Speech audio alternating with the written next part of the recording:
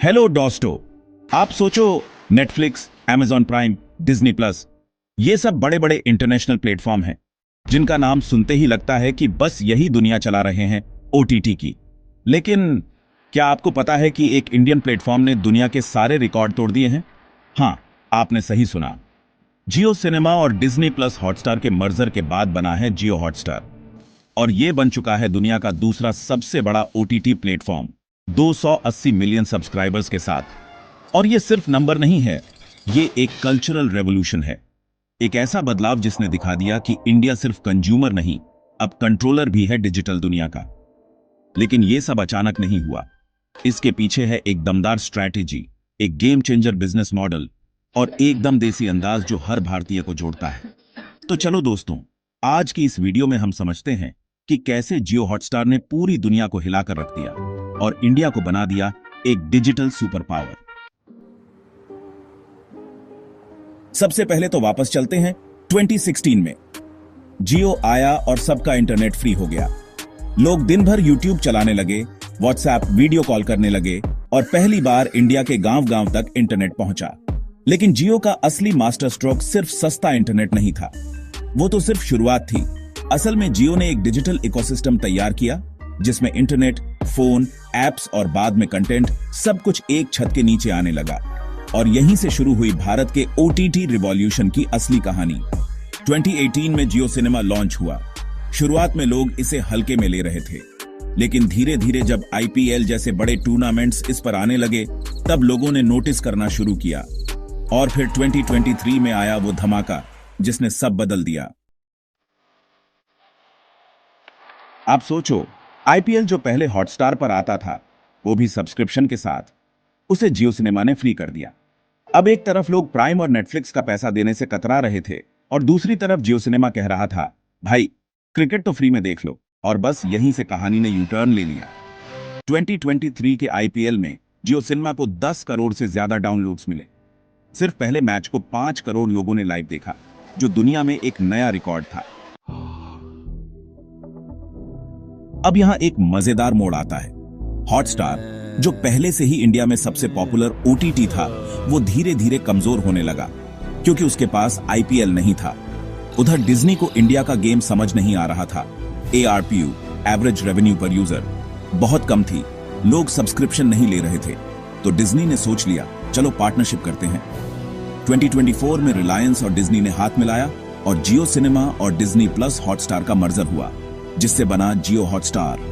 अब इसके पास डिज्नी का प्रीमियम कंटेंट भी था, मार्वल, स्टार वॉर्स, पिक्सार, और साथ में इंडिया का देसी टच और फ्री क्रिकेट। कहानी सेट थी। अब सवाल ये कि इतनी बड़ी ऑडियंस कहां से आई? सीधा जवाब है भारत। भारत यानी वो 60 करोड़ लोग जो टियर 2, टियर 3 शहरों में रहते हैं, जिनके लिए प्राइम वीडियो या नेटफ्लिक्स एक लग्जरी है।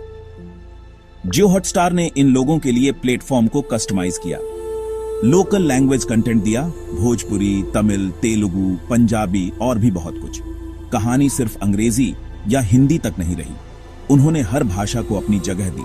उदाहरण के लिए, एक 18 साल का लड़का झारखंड के गांव में जिसने कभी थिएटर नहीं देखा, वो आज जियो हॉटस्टार पर एवेंजर्स भी देख सकता है, और साथ में भोजपुरी वेब सीरीज भी। और यही मैस अपील है जिसने जियो हॉटस्टार को बना दिया 280 मिलियन सब्सक्राइबर्स का प्लेटफॉर्म। अब सोचो, नेटफ्लिक्स के पास है 270 मिलियन सब्सक्राइबर्स, और वो भी पूरे ग्लोब में। और जियो हॉटस्टार सिर्फ इंडिया में 280 मिलियन पर पहुंच चुका है। ये सिर्फ एक बिजनेस जीत नहीं है, ये एक डिजिटल आजादी है। हम अब सिर्फ बाहर के कंटेंट देखने वाले नहीं हैं, अब हम अपने लिए, अपने लोगों के लिए और अपनी भाषा में बना रहे हैं ग्लोबल लेवल का कंटेंट। अब कुछ लोग पूछते हैं, जब इतना कुछ फ्री में दे रहे हैं तो पैसा कैसे कमाते हैं? बिल्कुल सही सवाल है। जियो हॉटस्टार का बिजनेस मॉडल 2 हिस्सों में बंटा है। एक, एड सपोर्टेड फ्री टियर। यहां आपको आईपीएल, रीजनल शोज और बेसिक कंटेंट फ्री में मिलता है, लेकिन बीच बीच में एड्स आते हैं। ये एड्स ही जियो को अरबों रुपये कमा कर देते हैं और एडवर्टाइजर को करोड़ों आई बॉल्स। दूसरा, प्रीमियम टियर। अगर आपको एड नहीं चाहिए और मार्वल या एचबीओ देखना है, तो आप मंथली या ईयरली सब्सक्रिप्शन ले सकते हैं।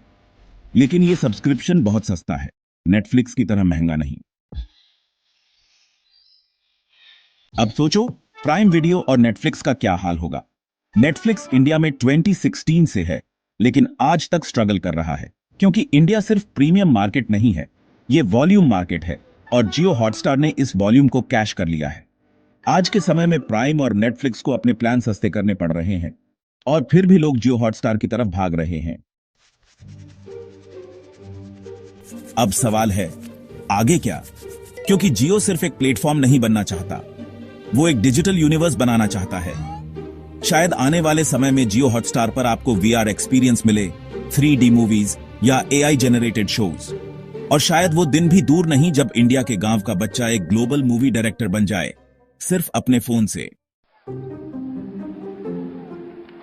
तो दोस्तों, कहानी का सार यह है कि अब इंडिया सिर्फ देखने वाला देश नहीं है, अब बनाने वाला देश है। जियो हॉटस्टार ने यह साबित कर दिया है कि अगर सही रणनीति हो तो हम दुनिया के सबसे बड़े डिजिटल प्लेटफॉर्म खड़े कर सकते हैं, वो भी अपनी भाषा में, अपने अंदाज में। अगर आपको यह वीडियो पसंद आया तो लाइक जरूर करना और कमेंट में बताना क्या आप भी जियो हॉटस्टार इस्तेमाल करते